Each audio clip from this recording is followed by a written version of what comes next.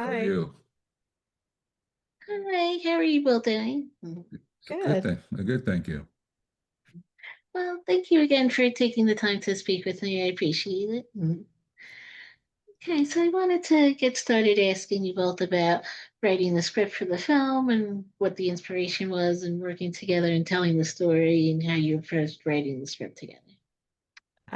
Well, the script is inspired by a nonfiction historical novel, I believe it's called, by Carolyn Smarts Frost. Maybe not novel, nonfiction historical book by Carolyn Smarts Frost. And it's a meticulous piece of history about these two young women kind of who come together within the institution of slavery. The young uh, Black woman is sort of gifted to the young white woman as her helper.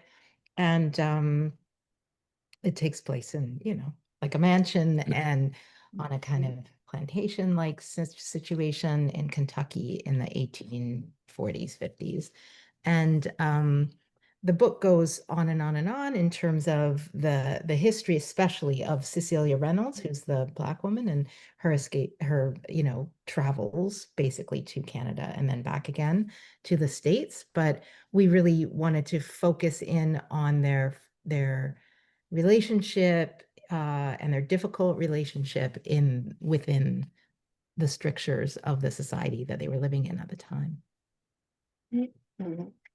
And once you began working on the script together, what kind of research did you maybe do about her life, and what was that process like of really getting to know her more? Than did you do any additional research besides reading the book? What was that process like? I think Carolyn Frost Smart really did a meticulous job with her research, and so the book was a resource.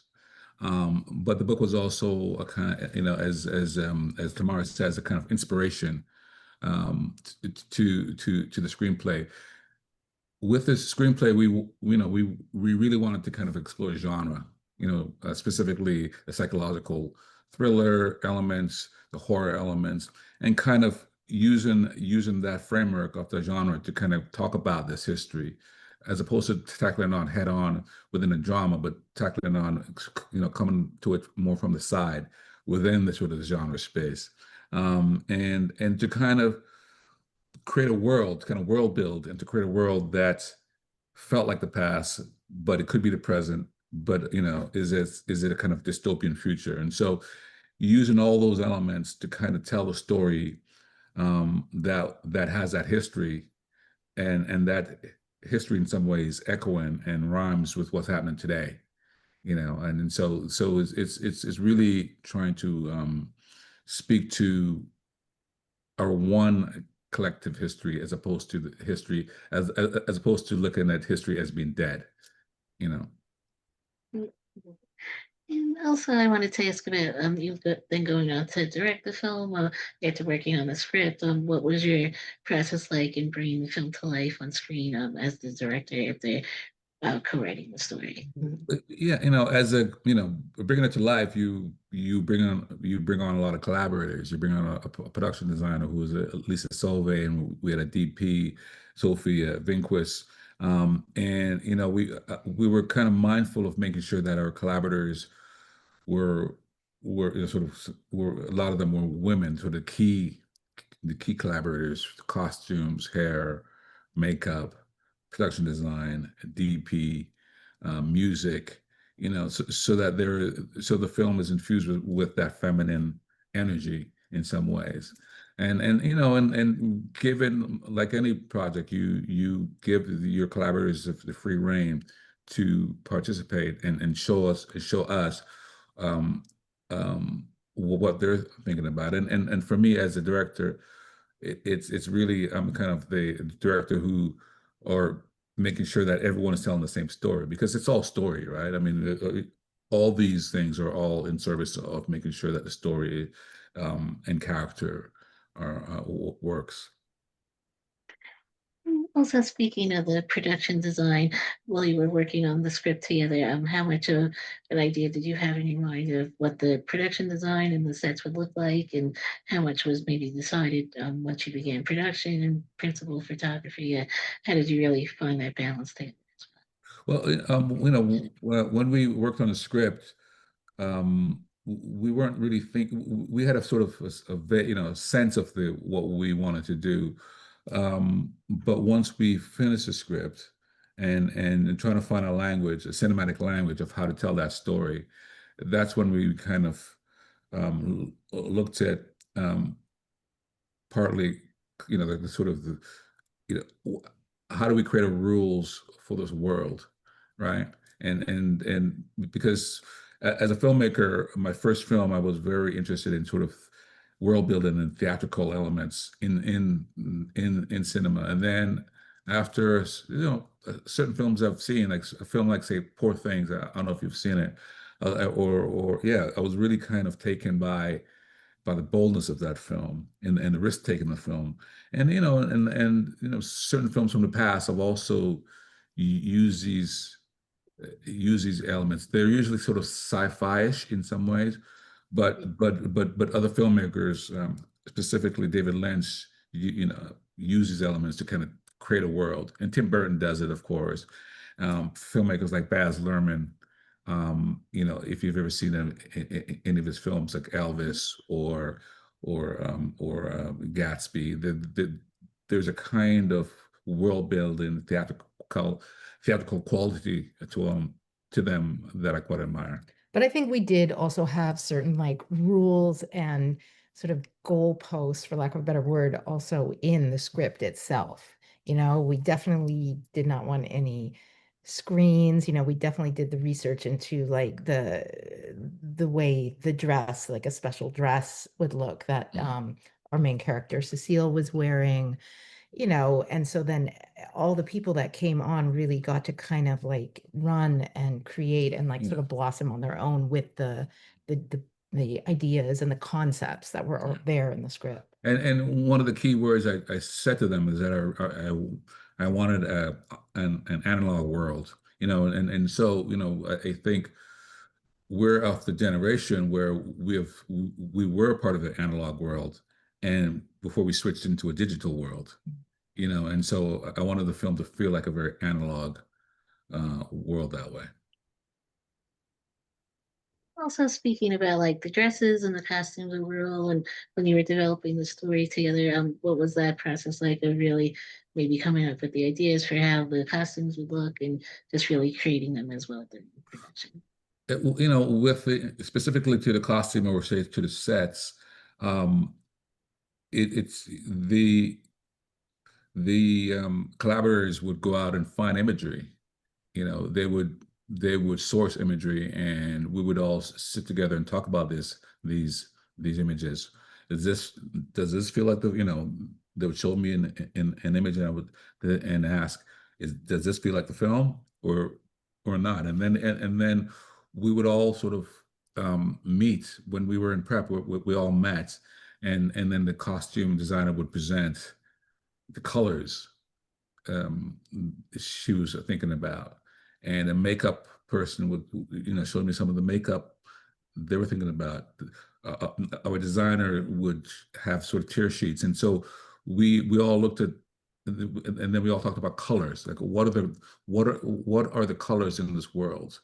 What is it? Because the film sort of takes place partly in this mansion and also in sort of Cecile's world, which is a kind of, it could be the antebellum South, it could be Algeria, it could be Cuba, and those worlds I find quite colorful and quite vibrant, as opposed to a more kind of a European world that has a much kind of cooler color palette. So I wanted kind of that kind of contrast of color palette where there's a kind of vibrancy and energy, within the world of Cecile and the freedom of that, and the more sort of cold, sort of cooler tones of the world of Fanny. Also, I wanted to ask about casting and deciding, especially for the role of Cecile, who you would cast and who you felt would be the right actors to join the film as well. I mean, when we saw Mallory Johnson's tape and she had just been in, I mean, I saw her work in Kindred. It was I think it was like an FX miniseries based on the book by Octavia Butler, it was just amazing. I mean, she was awesome in that role. And then we saw her tape. And we had looked at quite a few other young actors for that role of Cecile, but when I saw Mallory's tape, I was just like, like I just felt gutted, and excited both at the same time. Like she had so much energy and like focus. It was just like I was like, it just, sometimes when you see someone, you're just like, yes, if we can get her, please, can we get her? It felt like that for me watching Mallory's tape. Yeah, and all the actors. Angari is a veteran. She's been acting since she was a kid, and the way she kind of spoke about Fanny was key. And so we were blessed to have people that I've worked with before, in the past, people like Lauren Lee Smith, who I worked with in television and on previous films. And so it was it was a real kind of sort of embarrassment of riches in terms of actors who were coming in to sort of participate with the film. Once they signed on to star in the film, how did you collaborate with the main actors in particular and really building the characters in the story together? Um, once you sort of cast the actors, part of the job as a director is to really get to know them, to get to know their instruments and to also get to know who they are as people, what motivates them, you know what they're what excites them. And so my job is just to kind of give them the space to because once we hand them over the characters, it's their characters now, it's not ours. And so they're showing us who these people are, who these characters are. And my job as a director is to kind of be an audience in some ways, to be the first audience. And I have a sense of what it is that I want certain scenes to be, but I try not to be prescriptive with that, and sort of give them the space to show me their various colors of what the moment could be. And if it feels right, I sort of get out of the way of that and don't mess it up with my directing. And if it feels like it could be slightly different, that's when I go in as a director and I try to make it concise and as precise and as short as I can, just to kind of say, maybe you want to try this, and create a space and an environment. I think part of half the job for me as a director is creating an environment where everyone, the crew and the cast, could do their best work, where they have a sense of freedom, a sense of exploration, and sense of taking risk on set. Now with the movie premiering at TIFF, what does that mean to you both to be able to share the film in Toronto with audiences at the festival as well? Well, I've been going to TIFF since 1991. I made my first short film that played TIFF. I was in my early 20s, and I had my first feature film at TIFF in 1995, and so it's quite special to be there for the 50th. And I've had a lot of memories of being being in the theaters at TIFF and sort of having that sense of anticipation of being the first. I had it last night. I went to see Del Toro's Frankenstein, and that anticipation of a full theater waiting to see a premiere of a film that no one I've seen, knows about or seen yet, and that palatable sense of excitement. And yeah, it's there's nothing like it. It's quite magical. Well, I think that was mainly it, but thank you both again for taking the time to speak with me. I appreciate it. Thank Thank you. you. Thank you. You're welcome. Thanks again.